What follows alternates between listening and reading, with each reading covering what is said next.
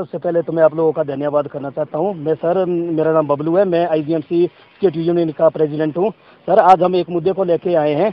हमारे 2 गार्ड है, सुरक्षाकर्मी हैं, जो एक जो है त्रासदी के दौरान जो है इंजर्ड हुआ था, और उस वक्त जो सरकार के आदेश भी थे कि जो जहाँ है वहीं रहे, और जिसमें जो है किसी का भी वेतन नहीं काटा जाएगा। सर, त्रासदी आई थी, उसके जो है यहाँ तक प्लास्टर चढ़ा हुआ था पेट तक, उसकी काफ़ी बड़ी इंजरी थी। और दूसरा गार्ड सर हमारा एक जो है ओल्ड बस स्टैंड में जो गाड़ी वाले ने हिट किया था, उसकी 2 सर्जरियाँ होगी और रोड़े पड़ी है पैरों में। एक के तो सर मैं कागज़ लेके भी आया हूँ, ये सर उसका एमआरआई का फॉर्म है सर, ये उसकी पर्ची है सर, जिसमें रेस्ट भी लिखा है सर उसके लिए।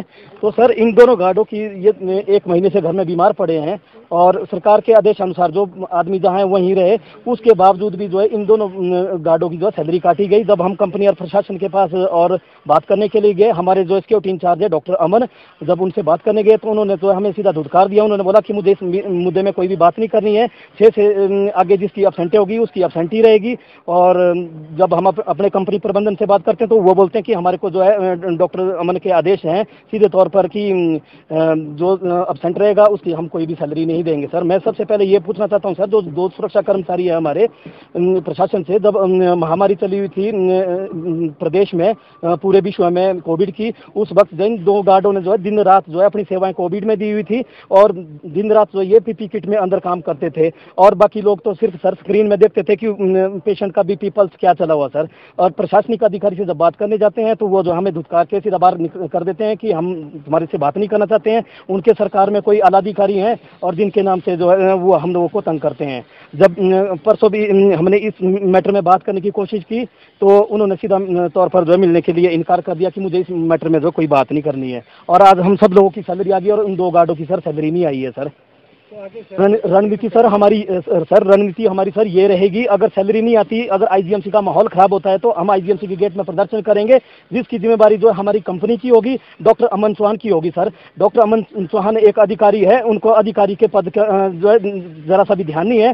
वो जो है छोटे कर्मचारियों के साथ, जितने भी आउटसोर्स कर्मचारी हैं उनके साथ जो अभद्र व्यवहार करते हैं, उनको बात करने की तमीज़ नहीं है, और वो हमेशा तंग करते हैं। सर, जब से डॉक्टर अमन चौहान जी आए, ना तो हमारी सैलरी कभी टाइम से आई है, ना हमारा कभी ईपीएफ टाइम से आया है सर। अभी जो है हमारा फरवरी तक का ईपीएफ पड़ा है, आज अभी तक हमारा कोई भी ईपीएफ नहीं पड़ा है सर। जब से अमन चौहान आए, उनकी जो है कंपनी से कोई सांठ गांठ है, और इसलिए जो है वो लोग जो है क्या बोलते हैं, अभी तक हमारा ना ईपीएफ पड़ा है, 3 4 5 6 महीने का ईपीएफ हमारा सर पेंडिंग है। और बीच में सर वो लोग हमें बोलते हैं कि सिक्योरिटी जो है काम नहीं करती। अभी कुछ दिन पहले हमने पेपर के माध्यम से ही पढ़ा था कि गेस्ट्रोलॉजी ओपीडी में सर हमने गार्ड नहीं दिया सर, वहाँ गार्ड था, वो जो वहाँ के जो डॉक्टर हैं उनको चाहिए वही गार्ड जो उनके घर के काम करते हैं, जो उनके लिए सब्जी ढोते हैं सर। जब और गार्ड भेजते हैं तो उनको वो प्रताड़ित करते हैं सर। और जिसमें आरोप लगाया था कि हमारी कंपनी ने जो है गार्ड नहीं दिया था, हमारे अधिकारी ने जो गार्ड नहीं दिया था, गार्ड दिया था। ये लोग जो है जानबूझ के जो है हमें टॉर्चर करने के लिए ऐसी हरकतें कर रहे हैं, और दूसरा धमकी देते हैं सर अभी ये लोग कि अभी हम टेंडर कराने जा रहे हैं, जितने भी पुराने गार्ड हैं हम उनको नहीं रखेंगे, उनको हम जो है बाहर का रास्ता दिखाएंगे। और इसलिए इस चीज़ में तो हम सीधा सरकार को बोलना चाहेंगे कि सरकार को इन लोगों के ऊपर सख्त एक्शन लेना चाहिए, क्योंकि ये हमें जो है मानसिक तौर पर परेशान कर रहे हैं कि नई कंपनी का टेंडर होगा, हम तुम्हारे को लेंगे नहीं अंदर। सर, हमने 14 साल जो है हमने दिन रात हॉस्पिटल के लिए काम किया है। कोविड टाइम में भी आप लोगों ने भी देखा होगा, हमने दिन रात काम किया है, हमारे लोगों ने काम किया है दिन रात। और अब अगर आज के टाइम में अगर हमें नौकरी छोड़ के जाना, नौकरी से निकालेंगे तो हम लोग कहाँ जाएंगे सर?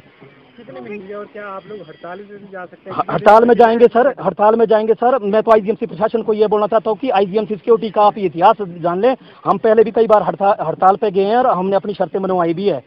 और रही बात जो 2 गार्ड है सर, हमारे सरकार के निर्देशानुसार कि जो जहाँ भी है, जब बारिश हो रही थी सर, तबाही चली हुई थी दुनिया में, तो उस वक्त सरकार के आदेश से जो आदमी जहाँ है वहीं रहे। इनको सर 3 दिन का अल्टीमेटम दे रहे हैं। 3 दिन में अगर हमारे गार्डों की सैलरी देते हैं ठीक है, नहीं देते हैं तो सर कंपनी और डॉक्टर अमन इस चीज़ के लिए जिम्मेदार होगा। हमने पहले भी बोला कि डॉक्टर अमन को जो है अधिकारी के जो भी हम इंचार्ज हैं हमारे डॉक्टर अमन बनाए हुए, उनको हटा दो, क्योंकि जब से वो बने हैं तब से हमारी कभी भी जो सैलरी टाइम से नहीं मिली है सर। ये सर पिछले महीने भी हमने लड़के सैलरी ली इन लोगों के लिए सर। 3 सर्जरियाँ होगी, रोड़े पड़ी हैं उनके पैरों में सर। ये मैं उनके डॉक्यूमेंट भी साथ लेके आया हूँ, सारे डॉक्यूमेंट यहाँ लगे हैं उनके सर। अभी देखो एक महीने का जो रेस्ट है उनके लिए कहा गया है, जो सर डॉक्टर ने रेस्ट लिखा था उनको 1 महीने का लिखा है सर, 1 महीने का रेस्ट लिखा है उनके लिए सर। पिछले महीने तो वो ड्यूटी करके गए हैं सर। जी सर जी।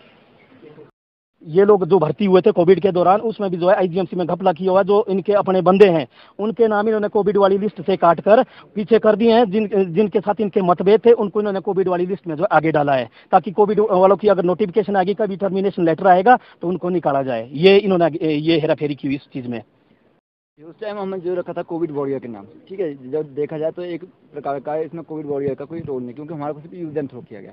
क्योंकि जिस टाइम कोविड चला था उस टाइम में लोग एक दूसरे इंसान को छूने से डर रहे थे। हम लोगों ने फिर भी पीपी किट पहन के यहाँ उनका इलाज जो करवाया था, इलाज का, और डेड बॉडियाँ उठाई, यहाँ तक कि उनको जलाने के लिए तक ले गए थे। बट जब अब बोलते हैं 3-3 महीने को हमारे को देते हैं, एक्सटेंशन देते हैं कि 3-3 महीने बाद आपको रखते हैं। तो मैम अब कोविड वॉरियर में देखो हमारे को दिया था कि हम जितने भी सिक्योरिटी गार्ड थे उसमें से कुछ बंदे बाहर निकाल दिए, ठीक है। हमारे नाम तो लिस्ट में आ गए, और जो उनके चाहते हैं उनको उन्होंने लिस्ट से बाहर निकाल दिया। जबकि कुछ बंदे ऐसे हैं हम में से जो कोविड के टाइम में वहाँ पे एंटर नहीं हुए थे। उनकी ज्वाइनिंग जो है कोविड टाइम में नहीं थी, कोविड की बात थी या कोविड से पहले थी, बट उनको उन्होंने वहाँ पे एंटर कर दिया। और दूसरी बात गैस्ट्रो वाली बात बताता हूँ आपको। गैस्ट्रोलॉजी में जो एक दिन डॉक्टर अमन जो है हमारे ऊपर ब्लेम करते हैं कि वहाँ पे जो है सिक्योरिटी गार्ड नहीं था, जबकि सीएस साहब ने वहाँ पे सिक्योरिटी गार्ड दिया था। बट इनको जो मनचाहा सिक्योरिटी गार्ड नहीं दिया था, जो उनके घर के काम करे, जान के कोई इनका पर्सनल काम करे, वो वहाँ पे उनका जो चाहता नहीं दिया था। तो इस मुद्दे पे भी हम बोलना चाहते हैं कि हम जो हमारा सिक्योरिटी जो इंचार्ज है वो हर जगह पे जो है हर डॉक्टर के मनपसंद का सिक्योरिटी गार्ड तो नहीं दे सकते हैं। कम से कम 20 बंदे हैं जो कोविड लिस्ट में है, ठीक है। उसमें जबकि कुछ एक ऐसे भी उसमें उन्हें एंटर बंदे के हैं जिन बंदों का कोविड से कोई लेन देन नहीं, क्योंकि वो कोविड से या तो पहले ज्वाइनिंग है उनकी या उस कोविड की बाद है। बट उन लोगों ने वहाँ पे क्या कर लिया है कि अपने जो चाहते बंदे हैं उनको लिस्ट से बाहर निकाल के उन बंदों को उसमें जो उनको एंटर कर दिया है। तो वो जो है वो सही बात नहीं है। ऐसा ही हो सर।